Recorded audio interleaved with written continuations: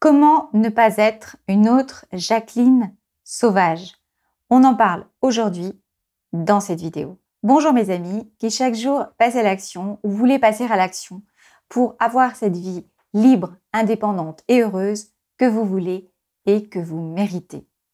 Si ce n'est pas déjà fait, je vous invite tout d'abord à vous abonner à la chaîne en cliquant sur l'onglet des notifications pour faire pleinement partie de cette communauté très solidaire du bonheur en amour après une relation toxique avec un pervers narcissique manipulateur ou après des violences conjugales et familiales. Je suis Agnès Dereul, votre coach expert PNL, formée et certifiée aux États-Unis par le docteur Richard Bandler, le cofondateur de la programmation neurolinguistique. La programmation neurolinguistique, c'est un outil extrêmement puissant qui permet de trouver les meilleures stratégies afin d'atteindre ses objectifs personnels et professionnels au plus vite, sans se laisser engluer dans des situations qui sont non voulues et qui parasitent dans le présent et le futur. L'affaire Jacqueline Sauvage en 2012 a été extrêmement forte sur le sujet des violences conjugales et familiales.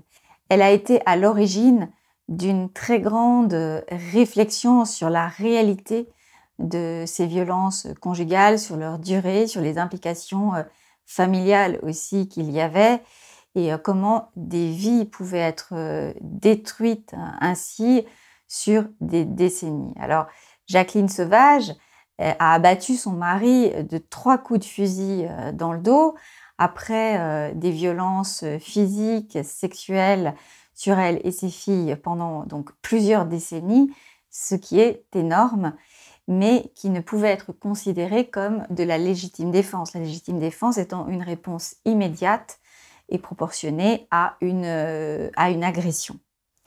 Alors, c'était évidemment une réponse à une série d'agressions, mais voilà, on ne pouvait pas plaider la légitime défense. Enfin, ça a été plaidé, mais juridiquement, c'était quand même, comme l'ont fait remarquer plusieurs avocats, une aberration sur le plan du droit. C'était un choix de la part de ces avocates, mais bon, un choix qui leur appartenait et qui n'aurait pas été suivi par d'autres confrères.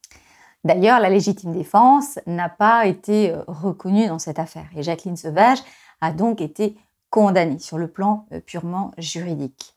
Évidemment, la situation qu'elle a vécue et que ses filles ont vécue est évidemment tragique. Ce sont des situations horribles, déstructurantes complètement sur le plan de la personnalité, qui ont des conséquences au quotidien. Enfin, voilà, on est dans le cadre de la violence extrême et de la violence qui dure tout au long des années et qui est basée sur un silence. Et c'est la raison pour laquelle c'est sur cette question du silence que je voulais faire une vidéo. En effet, la problématique principale, c'est celle de se laisser enfermer dans une situation. C'est-à-dire que le temps, laisser passer le temps, à la fois pour soi et puis pour ses proches. Alors selon les situations, voilà, une mère de famille n'est parfois pas au courant que ses filles subissent la même chose qu'elle en termes de violence physique ou de violence sexuelle. Ça peut arriver. Néanmoins, elles pensent peut-être qu'en ne disant rien, elles protègent leurs enfants, alors que finalement, c'est tout l'inverse qui se passe. Et les filles, à leur tour, n'osent pas parler. Filles ou fils d'ailleurs, parce que les violences sexuelles dans les familles concernent autant les filles que les garçons. Donc, le fait de ne pas parler fait qu'on est dans une situation de cocotte-minute et qu'à un moment donné, ça peut exploser dans la violence. Mais exploser dans la violence, donc, soit en tant que victime, c'est-à-dire que vous pouvez mourir sous les coups de votre compagnon, vos enfants peuvent mourir sous leurs coups, ou alors ça peut dégénérer, ou c'est vous-même qui allez, soit dans le cadre de la légitime défense, soit à un moment donné où la situation va vous sembler trop insupportable, où vous allez avoir envie de passer à l'acte et de tuer cette personne. Et donc là se pose la question du silence et de parler et de laisser passer le temps. Il y a évidemment cette question de l'emprise dont a parlé aussi Alexandra Lange dans son livre « Acquittée ». Et la situation là était différente puisque Alexandra Lange s'est défendue sur le moment. Et c'est donc la raison pour laquelle elle a été acquittée. Alors par rapport à tout ça, ce que j'ai vraiment envie de vous dire, c'est que le temps, il est précieux. Et que tout le temps que vous passez à vous taire, c'est un temps où vous passez à côté de votre vie et où vos enfants passent aussi à côté de la leur.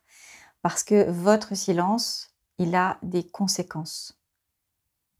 Ça laisse une situation intolérable, perdurer. Alors bien sûr, parler, c'est très difficile.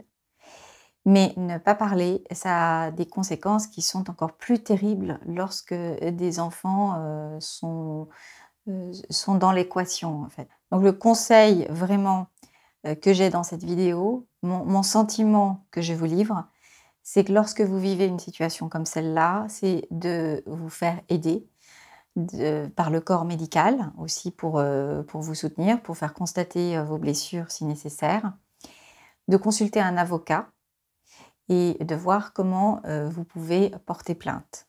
Porter plainte, en effet, c'est très important, même si, on le sait, malheureusement, de nombreuses plaintes sont classées sans suite.